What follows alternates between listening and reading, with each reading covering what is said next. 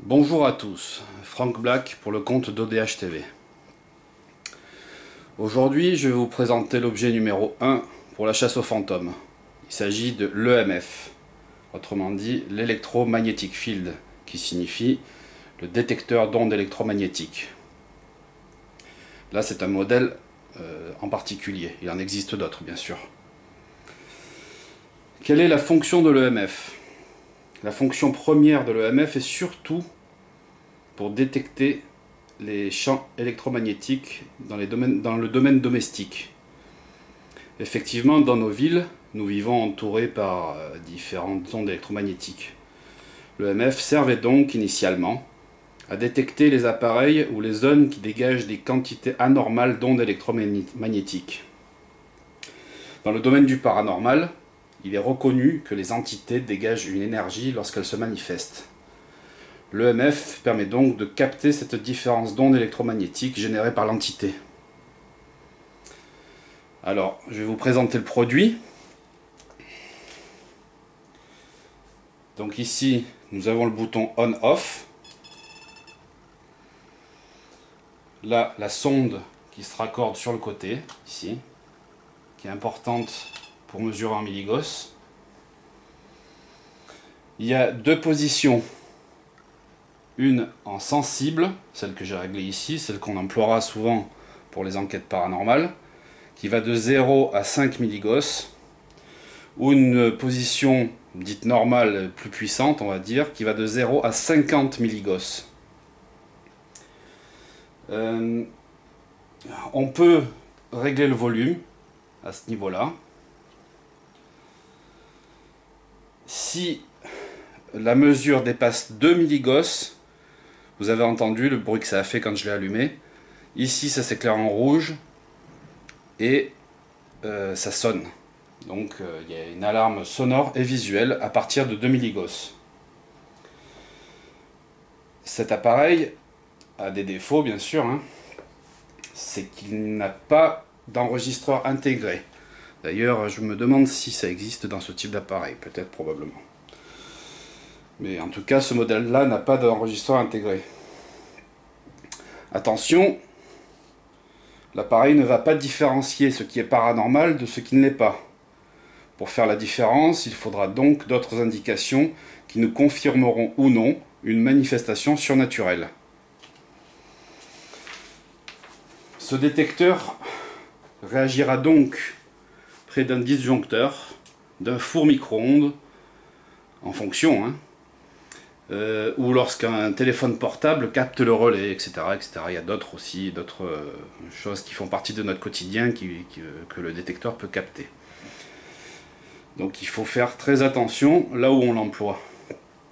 Donc il faut veiller à éteindre tous les téléphones portables et éviter toutes les sources électriques humaines afin de ne pas confondre cela avec une possible manifestation surnaturelle. La sonde est sensible aux secousses également. Si vous le secouez un peu trop fort, parfois ça fait sonner l'appareil. Par contre, les plus, c'est que ce détecteur permet d'avoir des mesures précises. Étant donné que c'est un appareil, c'est une machine, elle va remplir sa fonction à partir du moment où on l'a allumé, bien sûr. Comme vous le voyez, il est peu encombrant. On peut le glisser dans une poche, par exemple, avec la sonde branchée, n'oubliez pas. Et même baisser le volume si on veut être un peu plus discret.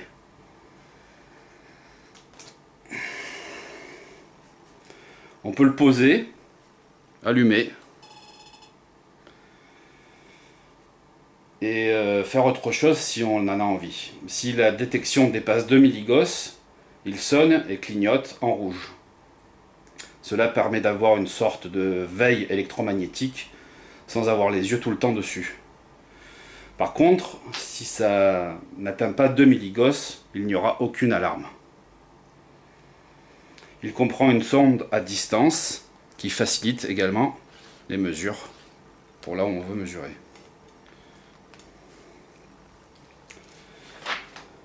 Pour les chasseurs de fantômes qui sont fauchés, parce que cet appareil coûte environ une quarantaine d'euros, Les anciens chasseurs de fantômes se servaient de la boussole, qui sera beaucoup moins précise, mais qui peut indiquer quand même une anomalie électromagnétique.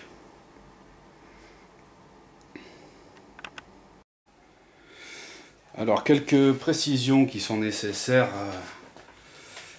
que je n'ai pas abordées tout à l'heure, c'était l'alimentation de l'appareil.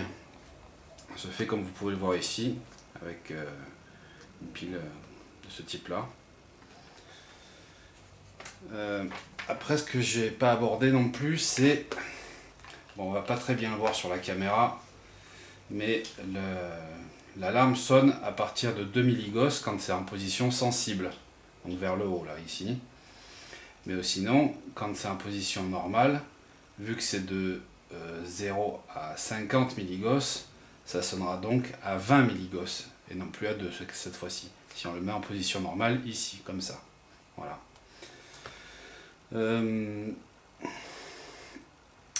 Il y a une autre possibilité aussi avec cet appareil. Ce que l'on peut faire, c'est, une fois qu'il est en route,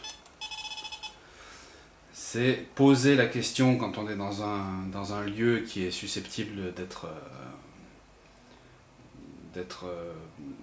habité par une entité surnaturelle. C'est demander à l'entité de répondre par l'EMF. C'est-à-dire, on peut poser la question à l'entité, ben, si tu es là, fais clignoter la lumière de l'EMF, ou fais bouger l'aiguille. Enfin, on peut se servir de ça comme outil de communication, finalement. Surtout, ne faites pas comme dans certaines fois, où je vois dans des épisodes de groupes qui provoquent les entités. Je trouve ça insupportable. Bref, il faut toujours rester correct. On est là pour aider et pas pour provoquer, hein. Que ce soit les gens ou les entités. Alors maintenant, on va passer à je vais vous montrer quelque chose avec cet appareil pour identifier une source. On a ici, et on a notre EMF là qui est allumé avec la sonde sur le côté. Vous voyez là, le disjoncteur, il n'est pas juste derrière, il est à l'intérieur. C'est juste pour vous montrer comment ça fait. Voilà. Plus je me rapproche de la source, si je m'en éloigne, ça s'enlève. Si je me rapproche, ça sonne, etc., etc. Donc on peut voir que quand même, quand c'est quelque chose d'humain, plus on se rapproche de la source, plus ça sonne, et plus on se retire, et puis après ça sonne plus. Donc ça, c'est ce qui pourra servir à identifier une source qui est naturelle, dite humaine en tout cas. Et par contre, parfois, au tout début, je me disais, bon, quand il y a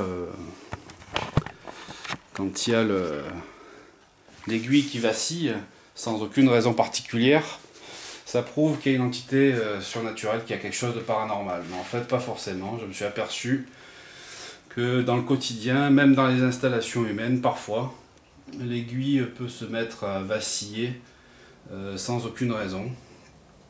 Parce que l'installation électrique ou l'endroit que vous mesurez est un petit peu instable, donc l'aiguille vacille. Ce qui pourra vous donner la confirmation que c'est bien quelque chose de surnaturel, c'est cette aiguille qui vacille, bien sûr, mais aussi tous les autres instruments qui peuvent vous apporter un peu plus de précision, et donc tout ça en collaboration fait qu'on peut en conclure qu'il y a quelque chose qui est surnaturel dans la pièce ou pas.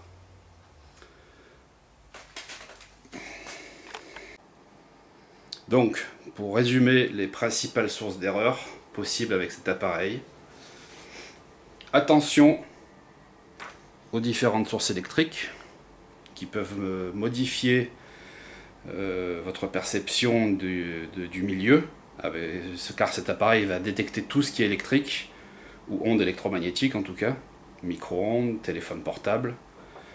Le téléphone portable, il faut éteindre le téléphone, le vôtre, ainsi que tous ceux qui sont dans la pièce. Comme ça, eh bien, ça limitera les erreurs. Merci pour votre écoute. Et prochainement, nous parlerons d'un autre objet qui fait partie des objets que l'on se sert pendant les enquêtes paranormales. Merci pour votre attention.